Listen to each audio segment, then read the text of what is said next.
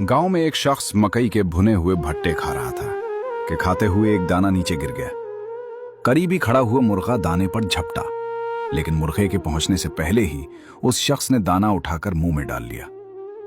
दाना उसकी सांस की नाली में जा फंसा और उसे सांस लेने में शदीद तकलीफ शुरू हो गई। वो बहुत से अस्पतालों में गया, लेकिन उसका इलाज किसी अस्पताल में नहीं था।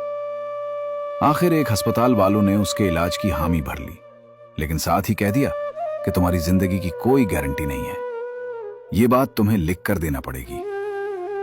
उसने लिख कर दे दिया कि वैसे भी उसका जीना बहुत दुश्वार हो रहा था। घर वालों से मिलने मिलाने वो वापस गांव गया। जो नहीं घर में दाखिल हुआ तो उसे जोरदार छींक आई, जिसके साथ ही दाना भी निकलकर बाहर जा गिरा।